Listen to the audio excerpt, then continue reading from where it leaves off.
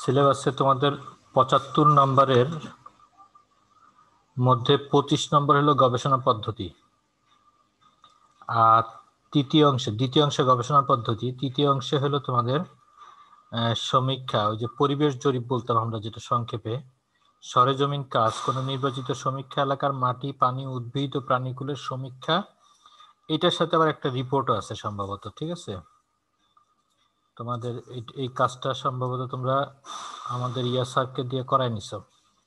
আর প্রথম অংশে আছে মানচিত্র ব্যাখ্যা ২৫ নম্বর। তাহলে ২৫, ৫০ এবং ২৫ মোট ১০০ নম্বরের একটা পরীক্ষা তোমাদের এই ৩১ তারিখের মধ্যেই হবে, জানুয়ারি, তাই না? তাহলে আমরা আজকে যেটা শুরু করছি সেটা হলো গবেষণা পদ্ধতি। গবেষণা পদ্ধতি মানে দ্বিতীয় অংশ নিয়ে ক্লাস শুরু করছি। এটা মূলত তোমাদের থিওরি পরীক্ষা হবে, থিওরি পরীক্ষা হবে ওখানে ওই রিটেন। তা এইটা প্রশ্নগুলা যেটা আছে গত ৩-৪ বছরের প্রশ্নটা কালেক্ট করে ফেলবা। কালেক্ট করে ফেলার পরে বাকিটা ওই প্রশ্নগুলোর উত্তরটা খুঁজলেই মোটামুটি তোমাদের আর পরীক্ষায় খুব একটা কষ্ট করতে হবে না। তো আমার কাছে যে বইটা আছে, আমি চিটাং কলেজের এখান থেকে গিয়ে মানে দ্রুত যেটা আমি ভাগে নিতে পারছি সেটা হইল তোমার এই যে এই বইটা, হ্যাঁ, ভৌগোলিক গবেষণা পদ্ধতি, ডক্টর মোহাম্মদ আব্দুর রশিদ। যদি তোমাদের লাইব্রেরিতে বইটা না থেকে থাকে, আমি তো ওই যে সাহেব রে একটা লিস্ট দিছি, আকাশ লিস্টটা পাঠাইছি, যে কি কি বই লাগবে ওইটার মধ্যে একটা টিক চিহ্ন দিয়ে তোমাদের এখন সেমিনারে কি কি বই নাই, কি কি বইটা জরুরি সংখ্যা লাগবে, কয়টা লাগবে, জাস্ট বড় করে টিক চিহ্ন দিবা, পাশের সংখ্যাটা লিখবা, লিখে ছবিটা তুলে আমার কাছে মেসেঞ্জারে দিয়ে দিবা। দিয়ে দিলে আমি বইগুলো পাঠাই দিলে ওরা ২-৩ দিনের মধ্যে সেমিনারে বই পাঠাই দিবে। ঠিক আছে? আকাশ শুনতেছ? সাথে হ্যালো হ্যালো, হ্যাঁ, সাথে তোমার ওই যে স্যার শুনতে পাচ্ছি। সেকেন্ড ইয়ারের যদি কোনো বই লাগে, থার্ড ইয়ারের কোনো বই লাগে, ওই যে লিস্টটা পাঠাইছি আকাশের কাছে আছে, ওইটাতে একটু টিক চিহ্ন দিয়ে আমার কাছে পাঠাই দিবা। তাহলে আমরা এই বই ধরে তোমাদের আলোচনাটা করতে যাচ্ছি। তো আজকে যেটা আমরা বলতেছি সেটা হলো যে সংজ্ঞা, ধারণা, গবেষণা পদ্ধতি, এইসব নিয়ে আমরা আলোচনা করব। তো দেখো, আমাদের এইটা হলো মূলত ভৌগোলিক গবেষণা পদ্ধতি আমরা বলতেছি, কারণ আমাদের টপিকটার নাম হলো রিসার্চ মেথোডোলজি। তাহলে বিজ্ঞান বিষয়ক যে কোনো বিজ্ঞানেই, এমনকি এখন সমাজ বিজ্ঞানেও গবেষণা হলো একটা মৌলিক বিষয়। সব সাবজেক্টেই গবেষণা থাকতে হবে যদি সাবজেক্টের বিকাশ ঘটাইতে হয়, যদি সত্যের কাছে যেতে হয়, তাহলে আমাকে গবেষণার সাহায্য নিতে হবে। তাহলে গবেষণার মধ্যে আবার বৈজ্ঞানিক গবেষণা হলো বিজ্ঞান ভিত্তিক পদ্ধতি অনুসরণ করে যে গবেষণা, সেটাকে আমরা বলছি বৈজ্ঞানিক গবেষণা। আর আমাদের ভূগোল যেহেতু বিজ্ঞান বিষয়, সুতরাং এটা তো বলার অপেক্ষা রাখে না যে আমাকে বৈজ্ঞানিক পদ্ধতি অবলম্বন করেই গবেষণা করতে হবে। তাহলে বৈজ্ঞানিক পদ্ধতি বলতে কি বোঝায়? এই যে কোনো সমস্যা সম্পর্কে সুনির্দিষ্ট উত্তর খোঁজাই হলো গবেষণা। আর এই উত্তরটা খোঁজার ক্ষেত্রে গবেষণা প্রস্তাবনা, গবেষণা কার্যক্রম পরিচালনায় বৈজ্ঞানিক ভিত্তি সম্বলিত পদ্ধতি অবলম্বন করলে আমরা তাকে বলতেছি বৈজ্ঞানিক গবেষণা। অর্থাৎ গবেষণাটা যদি বৈজ্ঞানিক পদ্ধতি অবলম্বন করে হয়, তাহলে সেটাকে বলা হবে বৈজ্ঞানিক গবেষণা। বৈজ্ঞানিক পদ্ধতি বলতে কি? বিভিন্ন বৈজ্ঞানিক কলাকৌশল তথা বিষয়বস্তু নির্বাচন, অনুমান বা হাইপোথেসিস তৈরি, গবেষণার পদ্ধতি নির্ধারণ। আর গবেষণা পদ্ধতি হলো আবার দুইটা আর কি, একটা আরোহ পদ্ধতি, একটা হলো অবরোহ পদ্ধতি। এগুলো সব আগেই ফিক্সড করে ফেলতে হবে। যখন কেউ গবেষণা করতে যায় তখন তার সুপারভাইজার বা ভার্সিটি তখন তাকে এগুলো নির্ধারণ করে দেয়। এই যে প্রথমে টপিক নির্ধারণ করে দেয়, যেটাকে হাইপোথেসিস বলতেছে।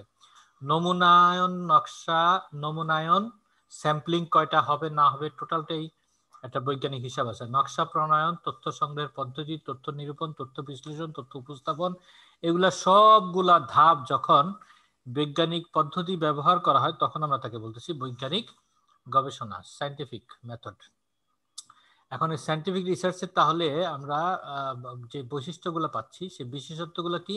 এক নম্বর হলো যে জ্ঞান আহরণ আহরণ এবং ভবিষ্যৎ সুপারিশমালা প্রণয়নের জন্য। কোনো একটা বিষয় সম্বন্ধে আমি যদি ধারণা নিতে চাই যে কেন ঘটনাটা ঘটলো, যেমন ধরো তোমার এখনকার করোনার মধ্যে আমরা জানতে চাইলাম যে করোনা বিষয়টা কি, করোনার যে এই যে ভাইরাস সম্পর্কে বিভিন্ন ধরনের ধারণা, এই ধারণাগুলো হলো জ্ঞান আহরণের অংশ।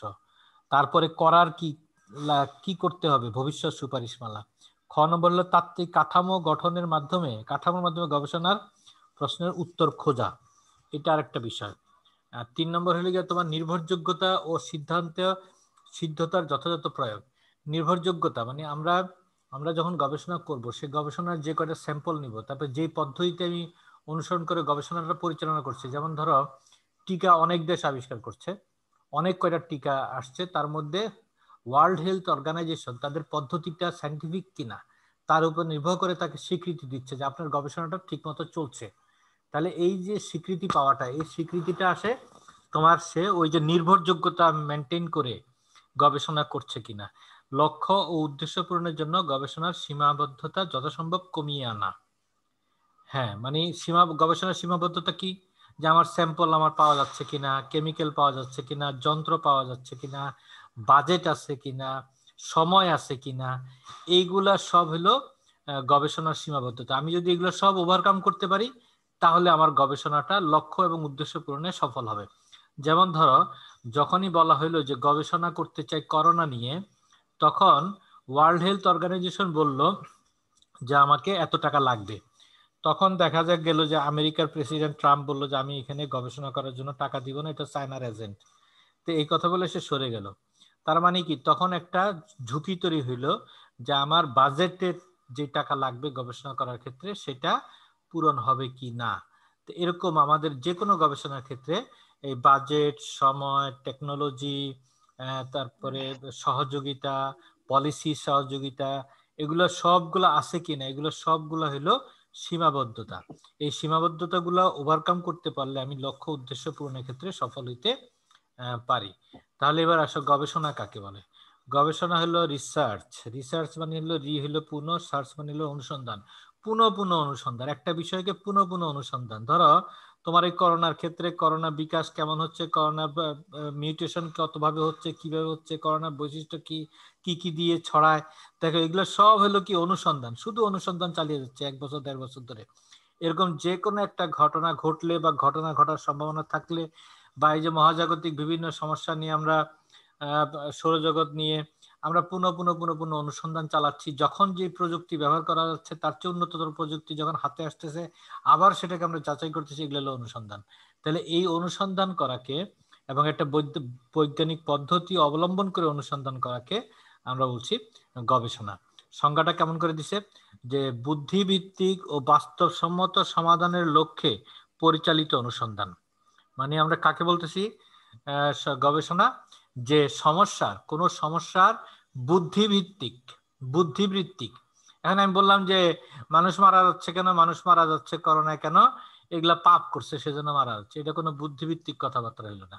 বুদ্ধিভিত্তিক হলো তোমার তথ্য উপাত্ত নিয়ে তারপরে তুমি তার পিছনে সায়েন্স ব্যাখ্যা করে তারপরে তুমি বলতে পারো যে এটার জন্য এটা দায়ী। যেমন আমরা তখন বললাম যে স্পর্শ করার ক্ষেত্রে ঘটে, সেজন্য স্পর্শ করে নাকে হাত নিব না, এটা হলো বুদ্ধিভিত্তিক এবং বাস্তবসম্মত। তাহলে বুদ্ধিভিত্তিক এবং বাস্তবসম্মত সমাধান এখন আমরা কিভাবে দিলাম, যে হ্যাঁ মাস্ক পরো। তাহলে এই যে বুদ্ধিভিত্তিক ও বাস্তবসম্মত, এই কথাটা আসতে কিন্তু বহু মাস চলে গেছে, বহু মাস চলে গেছে। তাহলে এইটা হলো এই আমরা বলতেছি এটাই হলো গবেষণা, যে বৈজ্ঞানিক পদ্ধতি অবলম্বনে কোনো সমস্যার বুদ্ধিভিত্তিক ও বাস্তব সমস্যা সমাধানের লক্ষ্যে পরিচালিত অনুসন্ধানকে বলা হচ্ছে গবেষণা। ঠিক আছে, তাহলে আমরা আরেকভাবে বলতে পারি যে গবেষণা হলো এক প্রকার জ্ঞান অন্বেষা যা বিশেষ যুক্তিপূর্ণ নীতিমালা দ্বারা পরিচালিত, বিশেষ যুক্তিপূর্ণ নীতিমালা দ্বারা পরিচালিত। হ্যাঁ, তাহলে দেখো বিশেষ যুক্তিপূর্ণ নীতিমালা, বিজ্ঞানসম্মত পদ্ধতিতে যুক্তিপূর্ণ নীতিমালা দ্বারা পরিচালিত হয়ে কোনো সমস্যা সম্পর্কে বিস্তারিত জ্ঞান লাভের প্রচেষ্টাকে বলা হচ্ছে গবেষণা। যেমন একজন গ্রিন ভদ্রলোক বলছে কি, জ্ঞান অনুসন্ধানের জন্য মানসম্মত পদ্ধতির প্রয়োগকেই গবেষণা হিসেবে এটা আখ্যায়িত করা যায়। তাহলে আমরা বুঝলাম যে গবেষণাটা কি। তাহলে লক্ষ্য উদ্দেশ্য কি? সত্য অনুসন্ধান। এই যে লিখছে দেখো, যে জানার কৌতূহল নিবৃত্ত করাই হলো গবেষণার লক্ষ্য। আমি জানতে চাই কিভাবে সৌরজগতের সৃষ্টি হয়েছে, আমি জানতে চাই করোনা কিভাবে মানুষের ক্ষতি করে, আমি জানতে চাই করোনা কিভাবে বংশবিস্তার করে, আমি জানতে চাই করোনারে কিভাবে ভ্যাকসিন তৈরি করা যাবে, হ্যাঁ, তারপরে কিভাবে এটার ফান্ড তৈরি করা যাবে, এইটার করোনার কারণে ভবিষ্যতে অর্থনীতি কি কি প্রভাব পড়বে, সমাজে কি কি সমস্যা আসবে, শিক্ষা ব্যবস্থা কি কি সমস্যা আসবে। এরকম আমি যদি শুধুমাত্র করোনা নিয়ে চিন্তা করি, হাজার হাজার গবেষণার টপিক আছে। আমি বলতে পারি যে ভ্যাকসিন যে নেওয়া হবে, সে ভ্যাকসিন কয় মাস কার্যকর থাকতে হবে তার উপর একটা গবেষণা। যারা ভ্যাকসিন নিবে তারা অন্য কি কি ভ্যাকসিন আগে নিয়েছিল তার সাথে এর কোনো যোগসূত্র আছে কিনা তার একটা গবেষণা। কোন বয়সের লোক ভ্যাকসিন নিতে পারবে তার একটা গবেষণা। কত পার্সেন্ট লোক শীত অঞ্চলের ভ্যাকসিন দ্বারা উপকারিত হবে, কত পার্সেন্ট জলবায়ুর সাথে ভ্যাকসিনের কোনো সম্পর্ক আছে কিনা তার একটা গবেষণা। চিন্তা করো, তাহলে গবেষণার কোনো শেষ নাই। বিজ্ঞানসম্মত পদ্ধতি প্রয়োগে প্রশ্নসমূহের উত্তর অনুসন্ধানই গবেষণার মূল লক্ষ্য। তাহলে আমরা বলতেছি যে গবেষণার সমস্যার সমাধান কল্পে বস্তুনিষ্ঠ ও সঠিক তথ্য সংগ্রহ করা হলো গবেষণার একটি গুরুত্বপূর্ণ উদ্দেশ্য। এই যে তথ্য সংগ্রহ যদি সঠিক এবং বস্তুনিষ্ঠ না হয়, তাহলে দিন শেষে আমি যে কনক্লুশনে আসব, সেই কনক্লুশন কখনোই আমাকে সত্যের কাছে যেতে দিবে না। ঠিক আছে? যেমন আমাদের ট্রাম্প সাহেব বলে ফেলছিল যে চীন থেকে এই গবেষণা এইটার প্রাদুর্ভাব হয়েছে। এখন এটা কিন্তু তার গবেষণার উপরে ছিল না। সেই কারণে এখন জাতিসংঘ ট্রাম্প যাওয়ার পরে একটা টিম গঠন করেছে, যে তারা চায়নাতে যাবে এবং খুঁজবে যে কোথা থেকে এটা ইয়া হয়েছে, ছড়াইছে। আদৌ কি চীন থেকে এটা ছড়িয়েছে নাকি অন্য কোনো দেশ থেকে এটা ছড়িয়েছে। তাহলে এই তথ্যেরও অনুসন্ধান দরকার আছে, কারণ ভবিষ্যতে সতর্কতা অবলম্বন করার ক্ষেত্রে আমাকে জানতে হবে যে কে এটার জন্য দায়ী। তাহলে এগুলা সবই হলো গবেষণার লক্ষ্য এবং উদ্দেশ্য। তাহলে আমরা আসি ভূগোলে। তাহলে ভূগোলে আমরা সংজ্ঞা কিভাবে দিব? তাহলে আমি আবার আসি যে ভূগোল হলো বিজ্ঞান। তাহলে বিজ্ঞানের জন্য যা যা বিষয় আছে আমার জন্য তাই জরুরি। অর্থাৎ তথ্য অনুসন্ধান ও সিদ্ধান্ত উপনীত হওয়ার ক্ষেত্রে ভৌগোলিক কোনো বিষয়ে আমি যদি বিজ্ঞানসম্মত পদ্ধতি প্রয়োগ করি, তখন আমি তাকে বলবো ভৌগোলিক গবেষণা। এখন ভূগোলের বিষয় কি? ভূগোলের বিষয় আবার তোমাকে ওই যা মৌলিক জ্ঞান থেকে বুঝতে হবে যে ভূগোল হলো মানব এবং পরিবেশের সম্পর্ক নিয়ে আলোচনা করে, অর্থাৎ মানবের যে কোনো বিষয়, পরিবেশের যে কোনো বিষয় যেটা পরস্পর সম্পর্কিত বা পরিসরের সাথে সম্পর্কিত, অঞ্চলের সাথে সম্পর্কিত, তাহলে আমরা তাকে বলবো ভৌগোলিক গবেষণা। ধরো আমি এখন বলতেছি যে করোনার উপরে আমি ভৌগোলিক গবেষণা করতে চাই, তাহলে মানুষে বলবে যে করোনার উপরে তো গবেষণা করবে ডাক্তাররা, তুমি কি করবে গবেষণা? তাহলে এটা কি সরাসরি আমার ভূগোলে হইলো? না, হইলো না। কিন্তু আমি যদি এইভাবে বলি যে করোনা প্রাদুর্ভাবের ক্ষেত্রে অঞ্চলগত তারতম্য বিশ্লেষণ, এবার চিন্তা করে দেখো তো, অঞ্চলের সাথে যখন রিলেটেড হয়ে গেল, আমরা এখন বলতে পারি যে হ্যাঁ, উষ্ণ অঞ্চলের চেয়ে শীত অঞ্চল বেশি প্রাদুর্ভাব ঘটছে, এবং এটার পক্ষে এবং বিপক্ষে যতগুলা তথ্য আছে তা যদি সংরক্ষিত, তা যদি সংগ্রহ করা হয়, সংগ্রহ করে যদি আমি সুন্দরভাবে উপস্থাপন করি, তখন এটা আমার আন্তর্জাতিক জার্নালে প্রকাশিত হওয়ার মতো একটা গবেষণা হয়ে যাবে। এইভাবে আমরা বলতে পারি যে করোনার প্রাদুর্ভাবে অর্থনীতির ক্ষেত্রে অঞ্চল ভিত্তিক বৈষম্য সৃষ্টির মাত্রা নিরূপণ একটি সমীক্ষা, বা সেটা তখন আমার জমজমাট ভৌগোলিক অর্থনৈতিক একটা টপিক হয়ে গেল। তাহলে এইভাবে আমরা যখন কোনো অঞ্চল বা কোনো পরিসরকে যুক্ত করে কিংবা কোনো ঐতিহাসিক দৃষ্টিভঙ্গি থেকে আমরা যদি কোনো একটা টপিককে, সেটা মানবীয় টপিক হইতে পারে, সেটা প্রাকৃতিক বিজ্ঞান সংশ্লিষ্ট টপিকও হইতে পারে। যেমন আমি বললাম যে এই বন্যাতে উত্তরাঞ্চলের যে 10টা জেলা আক্রান্ত হয়েছিল, সেই 10টা জেলায় করোনার প্রাদুর্ভাব কেমন হয়েছিল সেটা আমি দেখতে চাই, তাহলে সেটা আর একটা গবেষণা হয়ে গেল। এটা একটা প্রাকৃতিক ঘটনার সাথে একটা রোগের ঘটনা আমি যোগাই দিলাম। ঠিক আছে? এরকম করে আমরা বলতে পারি যে শীতের বাংলাদেশের শীতকালের বিবর্তন অঞ্চল ভিত্তিক, বা শীতকালের বিবর্তন আলোচনা ঐতিহাসিক দৃষ্টিভঙ্গি থেকে। তাহলে এটা একটা ভূগোলের টপিক হয়ে গেল। তাহলে এরকম করে আমরা বিভিন্ন বিষয়কে যদি বৈজ্ঞানিক দৃষ্টিভঙ্গি থেকে শনাক্ত করি, শনাক্ত করে যদি আমরা তাকে তার উত্তর খোঁজার জন্য তথ্য সংগ্রহ বিশ্লেষণ করি, তাহলেই আমাদের এইটা ভৌগোলিক গবেষণা হয়ে যাবে। ভৌগোলিক বানান লেখার সময় অবশ্যই একটা ওকার দিবা। এই যে দেখো এখানে একটা ওকার দেওয়া আছে, ভৌগোলিক অনুসন্ধান হয়ে যাবে। তাহলে কি লিখছে দেখো, ভৌগোলিক ও পরিবেশিক দৃষ্টিকোণ থেকে পারিসরিক জগতের কোনো ঘটনা, বিষয় বা সমস্যার প্রকৃতি, উদ্ঘাটন, সমাধান, সুপারিশের জন্য পর্যবেক্ষণ অনুসন্ধান কার্য পরিচালনা করা হলে তাকে ভৌগোলিক গবেষণা বলা যায়। তোমাকে যদি প্রশ্ন করা হয় যে ভৌগোলিক গবেষণা কি, তাহলে তুমি এভাবে বলতে পারো যে এই যে এখানে যেটা লিখছে, ভৌগোলিক বা পরিবেশগত কোনো সমস্যার আঞ্চলিক বা পারিসরিক দৃষ্টিভঙ্গি থেকে আমরা যদি সমস্যাটিকে বিশ্লেষণ বা সমাধান করার জন্য বৈজ্ঞানিক ভিত্তিতে অনুসন্ধান, পর্যবেক্ষণ এবং ডাটা উপাত্ত বিশ্লেষণ কার্যক্রম পরিচালনা করি, তবে তাকে ভৌগোলিক গবেষণা বলে। কিংবা আমি যদি একেবারে সরাসরি এভাবে লিখে দেই যে যে কোনো একটি ভৌগোলিক টপিককে, বিষয়বস্তুকে বৈজ্ঞানিক পদ্ধতিতে গবেষণা করা হলে তাকে ভৌগোলিক গবেষণা বলা হয়। তাহলে তোমার এটা হবে। ঠিক আছে? তাহলে এখানে তারপরে সংজ্ঞা দেওয়ার জন্য এখানে অনেক সুন্দর সুন্দর ভাবে লিখছে। সমস্যা সংকুল পারিপার্শ্বিক জগতের প্রাকৃতিক ও মানবীয় বিষয়াদি, আচার আচরণ, ঘটনা, সমস্যা সমূহের প্রকৃতি, কার্যকারণ সম্পর্ক মানে হলো কজ এন্ড এফেক্ট অ্যানালাইসিস, প্রভাব প্রভৃতি, প্রভাব বিশ্লেষণ। এই যে আমরা এটাকে বললাম যে করোনার প্রভাব প্রভৃতি সম্পর্কে বস্তুনিষ্ঠ ও বিশ্লেষণধর্মী সিদ্ধান্তে উপনীত হতে ভূগোলবিদগণ যে অনুসন্ধান কার্যক্রম পরিচালনা করে বৈজ্ঞানিক পদ্ধতিতে, তাকে ভৌগোলিক গবেষণা বলা হয়। তাহলে আমরা বুঝলাম যে ভৌগোলিক গবেষণাটা কি। আর কোনো সমস্যা আছে এখানে? সমস্যা নাই। এখন আসছে গবেষণার প্রকারভেদ। তোমাদের একটা প্রশ্ন এরকম আসতে পারে যে ভৌগোলিক গবেষণা কাকে বলে? ভূগোলে ব্যবহৃত বিভিন্ন গবেষণা পদ্ধতি আলোচনা করা, বা বলতে পারে যে গবেষণার প্রকারভেদ, ভূগোলে প্রচলিত বিভিন্ন প্রকারের গবেষণার নাম উল্লেখ করো এবং যে কোনো দুইটির সংক্ষিপ্ত বিবরণ দাও। আমরা এখন সেই প্রশ্নটার মধ্যে আসতেছি যে সামাজিক বিজ্ঞানের বিভিন্ন গবেষক যেই ভাবে এই যে গবেষণার প্রকারভেদ করা হয়, সেটাকে আমরা তিনটা ভিত্তিতে নিয়ে যেতে পারি।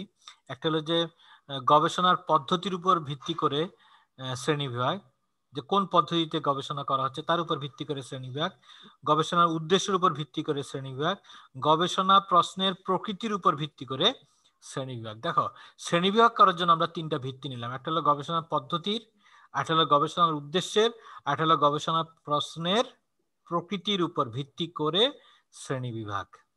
ঠিক আছে?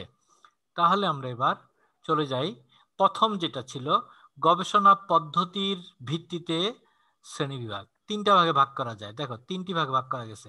একটা হলো আর্কাইভাল বা গ্রন্থাকার কারাশ্রয়ী গবেষণা, আর্কাইভাল। আর একটা হলো জরিপ, আর একটা হলো পরীক্ষামূলক গবেষণা। গবেষণা পদ্ধতি দেখো, কেউ যদি গবেষণা করে যে সদরপুর উপজেলার ঐতিহাসিক বিবর্তন, তাহলে সে কি করবে? সে বিভিন্ন গ্রন্থাগারে যাবে, তারপরে দেখবে যে 100 বছর আগে এখানে কি ছিল, তারপরে 50 বছর আগে কি হয়েছে, স্বাধীনতার সময়ে সদরপুরের আকার আকৃতি, জনবসতির ঘনত্ব, তারপরে ঘরবাড়ির ধরন, কৃষির ধরন কি ছিল, তারপরে স্বাধীনতার পরে 20 বছর পরে কি হয়েছে, তারপরে এক যুগ পরে কি হয়েছে, তারপরে আবার যখন এখন পদ্মা সেতু হয়ে যাবে, পদ্মা সেতু হয়ে যাওয়ার পরে আরো 50 বছর পরে কি হবে, যদি পরে কেউ গবেষণা করে তখন সে দেখবে যে যোগাযোগ ব্যবস্থার উন্নতির পরে কি হয়েছে। তাহলে এই যে আমরা যখন এগুলো দেখব, তখন তো আমরা 50 বছর আগের সিনটা দেখতে পাচ্ছি না। তখন আমি কোথায় যাব? আর্কাইভে যাব। আর্কাইভ মানে হলো যেখানে ঐতিহাসিকভাবে তথ্য সংরক্ষণ করা আছে, বা লাইব্রেরিতে, কিংবা পত্র পত্রিকায়, বিভিন্ন পত্র পত্রিকার অফিসে খুঁজবো। হ্যাঁ, পুরানো ছবিগুলো খুঁজবো, খুঁজে খুঁজে তথ্যগুলা মানুষজনের সাথে সাক্ষাৎকার নিয়ে আমরা জানার চেষ্টা করব যে এই জায়গা আগে কি ছিল, কোন পর্যন্ত নদী ছিল, পদ্মা কোন দিক থেকে কোন দিক সরে গেছে, তারপরে আগে এখানে কৃষির ধরন কি ছিল, যোগাযোগের ধরন কি ছিল, তারপরে এরকম সবগুলা বিষয়গুলো আলোচনা করবো। তখন এটাকে বলা হচ্ছে আর্কাইভাল বা গ্রন্থাকার আশ্রয়ী। আর এটা হলো জরিপ গবেষণা। জরিপ গবেষণা তো এই যে আমরা বললাম যে উদ্ভিদের ধরন সমীক্ষা, কিংবা আমরা বললাম যে বন্যায়, বর্তমান সময় করোনায় কৃষির কি ক্ষতি হইলো, তখন আমি একটা প্রশ্নমালা জরিপ কিংবা আমি একটা অন্য কোনো জরিপ পদ্ধতি পরিচালনা করতে পারি। যে আমি যখন রাস্তা করব তখন বা কৃষির কি বিবর্তন হয়েছে সেজন্য কৃষি জরিপ করতে পারি। এইগুলো হলো জরিপ। তারপরে হলো পরীক্ষামূলক এক্সপেরিমেন্টাল রিসার্চ। এক্সপেরিমেন্টাল রিসার্চ কি? যেমন আমি বললাম যে বাংলাদেশে বাংলাদেশে কফি চাষের সম্ভাবনা, তখন আমি কফি চাষ নিয়ে বিভিন্ন রকমের, দেখবা যে কৃষির একটা খামার করে একটা স্ট্যান্ড লাগাই দিয়ে রাখে। স্ট্যান্ড যেমন এখন আসছে পিঁয়াজ, পিঁয়াজ নিয়ে বলতেছে ফরিদপুর অঞ্চল পিঁয়াজ খালির জন্য বিখ্যাত, মানে এখানে পিঁয়াজ হয়। তো পিঁয়াজটা কেমন হয়? বললো যে পিঁয়াজটা হয় এখানে মুড়ি কাটা পেঁয়াজ। তাহলে মুড়ি কাটা পেঁয়াজ বাদ দিয়ে আমরা যদি মিশরের ফলের মতো করে যেটা ধরে সেই পেঁয়াজ করতে চাই, তখন করবে কি ওখানকার কৃষি গবেষণা ইনস্টিটিউট দেখবে মৃত্তিকা ঠিক আছে কিনা, তারপরে দেখবে যে সিজনটা ঠিক আছে কিনা, তারপরে সে করবে কি পরীক্ষামূলক একটা দুইটা প্লটের মধ্যে ওটা চাষ করবে। চাষ করে ওখান থেকে বাংলাদেশের উপযোগী একটা প্রযুক্তি বের করবে। বাইর করে আসার পর বলবে বাড়ি নম্বর এত, এরকম একটা নাম দিয়ে দিবে। ঠিক আছে? তাহলে এইটা যেটা করে এটা হলো তারা মূলত ল্যাবে পরীক্ষা করে, এক্সপেরিমেন্টাল প্লটে পরীক্ষা করে, এটা বলে এক্সপেরিমেন্টাল রিসার্চ। আর দ্বিতীয় পদ্ধতি ছিল কি গবেষণার উদ্দেশ্য ভিত্তিক শ্রেণীবিভাগ। গবেষণার উদ্দেশ্য ভিত্তিক শ্রেণীবিভাগ কি? যেমন আমরা বললাম যে দুই ভাগে ভাগ করা যাচ্ছে, একটা হলো তত্ত্বীয় আর একটা হলো প্রায়োগিক। তত্ত্বীয় হলো কি, যে আমি সূত্র আবিষ্কার করার জন্য যে গবেষণা চালাচ্ছি। আর প্রায়োগিক হলো কি, আমি যন্ত্র আবিষ্কারের জন্য যে গবেষণা চালাচ্ছি। যেমন আমি বললাম যে নিউটনের তিনটি সূত্র, নিউটনের তিনটি সূত্র তোমরা সবাই জানো। একটা 3 নম্বর সূত্র হলো সমান ও বিপরীত প্রতিক্রিয়া আছে, সকল ক্রিয়ার সমান ও বিপরীত প্রতিক্রিয়া আছে, জানো তো? জি স্যার। সবাই ঘুমাইছো না তো আবার? হ্যাঁ, সমান ও বিপরীত প্রতিক্রিয়া আছে, কথাটা বললাম। তাহলে সমান ও বিপরীত প্রতিক্রিয়া সেটা হলো তত্ত্ব। এখন আমি এটা প্রয়োগ করতে চাচ্ছি, প্রয়োগ করতে গিয়ে কি তৈরি করলো, এবার প্রয়োগ নিয়ে কিভাবে এটাকে প্রয়োগ করা যায় অনেক রকম গবেষণা করতে করতে আবিষ্কার হয়ে গেল কি রকেট, যে বিস্ফোরণ ঘটায় ওটা উপরের দিকে ধাক্কা দেয়, রকেট চলে যায় উপরের দিকে।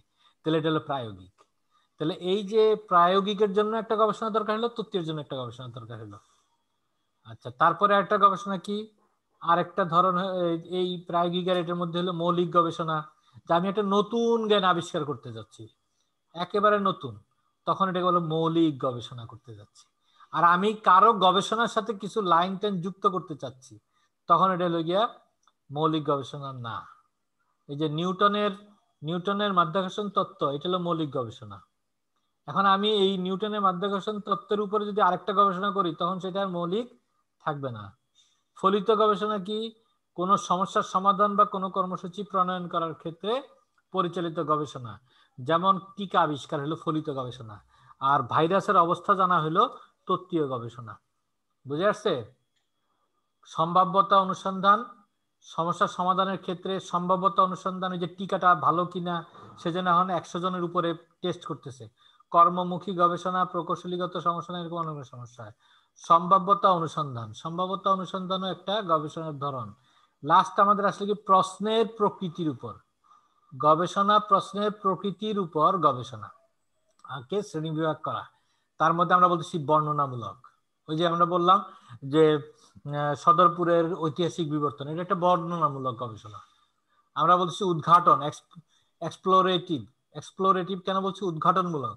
উদ্ঘাটনমূলক হলে কি, যে আমরা এখন বলতেছি যে করোনার টিকা আবিষ্কার করতে হবে, তাহলে এই যে ল্যাবে বসে বসে উদ্ঘাটন করতেছে না, এটা হলো যে সুনির্দিষ্ট উন্নয়ন, পরিমার্জন, পরিবর্ধন গবেষণা এগুলা। বা আগে যে ম্যালেরিয়ার টিকাটা ছিল, কিংবা ধরো আগে যে এডিস মশা মারার জন্য যে ওষুধ ব্যবহার করা হইতো, সেটার এখন আর কাজ করতেছে না, তাহলে সেটাকে কি করতে হবে? পরিমার্জন করতে হবে, পরিবর্ধন করতে হবে, সেই জন্য আবার গবেষণা করতে হবে। ব্যাখ্যামূলক, যে কি কারণে কি হইলো এটা ব্যাখ্যার জন্য একটা গবেষণা হইতে পারে।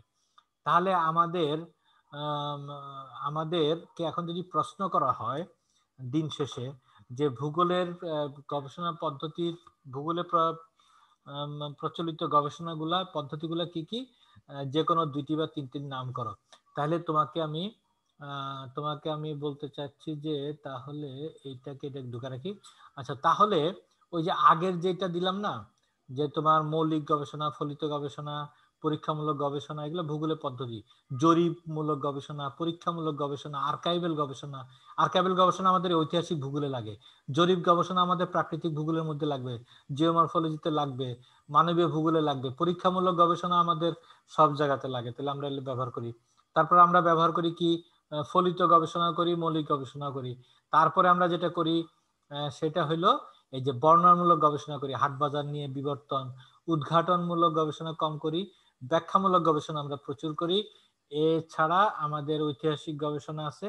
এইটার জন্য আবার রৌফের একটা বই আছে, ওইটার মধ্যে দেখবে এক জায়গায় অনেকগুলো লেখা আছে, সেখান থেকে পড়তে পারো। এই বই থেকে 3-4টা বিবরণ দিলেই চলবে। তাহলে এখন আসি ভৌগোলিক গবেষণার বৈশিষ্ট্য কি। এটা হলো সুবিন্যস্ত অনুসন্ধান করি আমরা। আর 2 নম্বর হলো আমরা করি কি, গবেষণার বস্তুনিষ্ঠ যুক্তিপূর্ণ। এটা শুধু ভূগোলের জন্য না, এটা সব বিষয়ের গবেষণার ক্ষেত্রে অত্যন্ত গুরুত্বপূর্ণ একটা বিষয়, যে তুমি যেই গবেষণা করছো বা যে গবেষক, তাকে অবশ্যই বস্তুনিষ্ঠ হইতে হবে, অবজেক্টিভ হইতে হবে। আমি কাউকে খাতির করে কোনো কিছু ছেড়ে দিব, তাহলে আমি সাবজেক্টিভ হয়ে গেলাম, যে ওকে ধরি ওকে ধরি না। আর অবজেক্টিভ হলো যে আমার তথ্যে যা বলতেছে আমি সেটাকেই স্বীকার করে নিব, যে করোনায় মানুষ মারা যাওয়ার পিছনে কারণ হইল ফুসফুসের যাদের দুর্বলতা আছে বেশি, তারা। কারা রোদে গেছে কারা রোদে যায় নাই এটার সাথে জড়িত না। কিংবা আমার গবেষণা যদি আমি দেখি যে হ্যাঁ ওই সব জিনিস কোনো ব্যাপার না, ব্যাপার ছিল কারা বেশি এসিতে ছিল তাদের করোনা বেশি হয়েছে, তাহলে ওইটাই আমার অবজেক্টিভ। এখন আমি যদি এসিতে ঘরে থেকে বলি যে এই কথা বললে তো আমার এসিটা বন্ধ করে দিতে হবে, আমার অফিসে এসি রাখা যাবে না, আমি এটা বলবো না, তাহলে সেটার গবেষক হইল না। তারপরে ব্যক্তিগত মূল্যবোধ। এখন আমি দেখতেছি আমার ধর্মের সাথে বা আমার আচার আচরণের সাথে একটা জিনিস কন্ট্রাডিক্ট করতেছে। এখন আমি যদি এটা বলি তাহলে আসলে তো আমি পছন্দ করতেছি না, সেজন্য আমি সত্যটাকে ঢেকে নিয়ে যাওয়ার চেষ্টা করছি, তাহলে আমি গবেষক হিসেবে বস্তুনিষ্ঠ হইলাম না। মনোভাবের ক্ষেত্রে বস্তুনিষ্ঠ হইলাম না, দৃষ্টিভঙ্গির ক্ষেত্রে বস্তুনিষ্ঠ যুক্তিপূর্ণ হইলাম না, পছন্দ অপছন্দের ক্ষেত্রে বস্তুনিষ্ঠ এবং যুক্তিপূর্ণ হইলাম না। সেই ক্ষেত্রে আমার যে গবেষণা আসবে এটা কেউ গবেষণা বলবে না, এটা মানে আজে বাজে আজে বাজে শোনা আর কি, বুঝছো কথা নাকি। এই জন্য গবেষককে অবশ্যই তার যে চয়েস, তার নিরপেক্ষতা, এগুলাকে মেনটেন করে করতে হয়।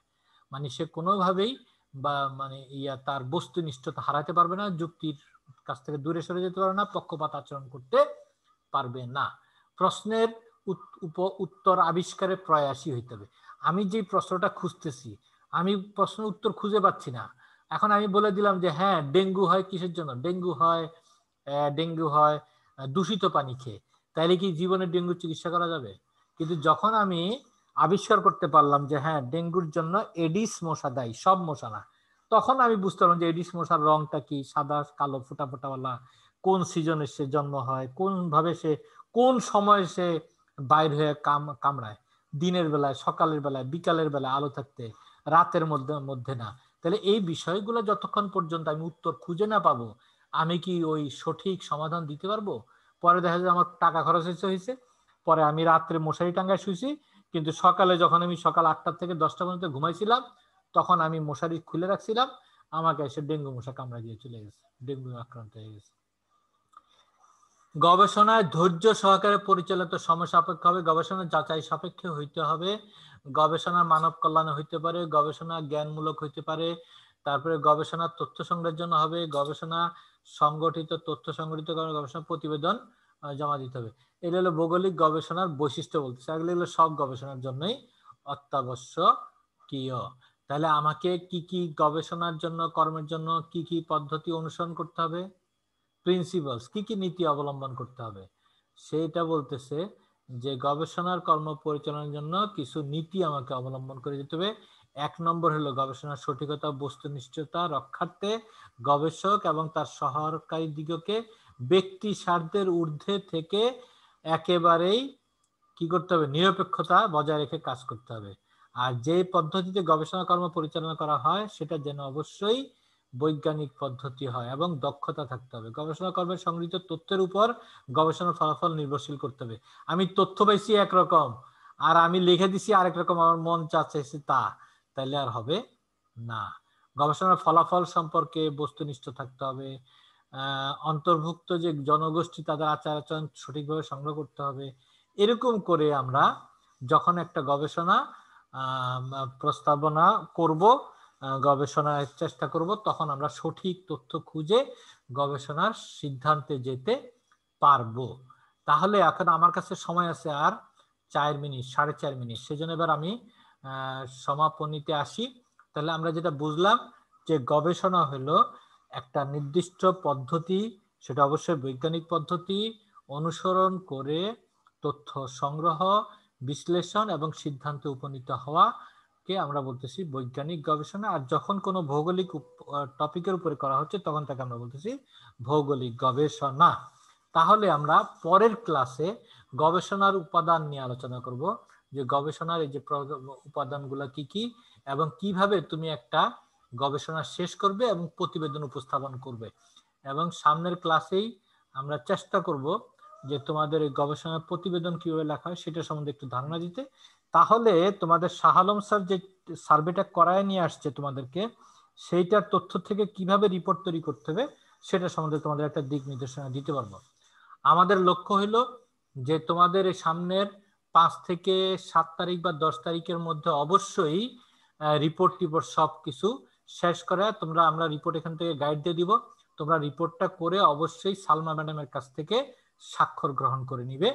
আর রিপোর্ট করানোর ক্ষেত্রে আমিও ক্লাস নিব, শাহ আলম স্যারও ক্লাস নিবে, করে এই ফাঁকিতে দেখি ওয়াইস ক্রনির সাথে যোগাযোগ করাবো।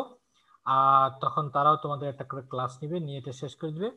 আর তোমাদের এই বছরের জন্য অনেকগুলা সুখবর হইলো, তোমাদের শাহ আলম স্যারও বাবা হয়েছেন ছেলের, তোমাদের ওয়াইস করণী স্যারও বাবা হয়েছেন ছেলের। ঠিক আছে, তাহলে আজকের মতো এখানে শেষ করি। আল্লাহ হাফেজ, পরের ক্লাসে আবার দেখা হবে। কোনো প্রশ্ন আছে?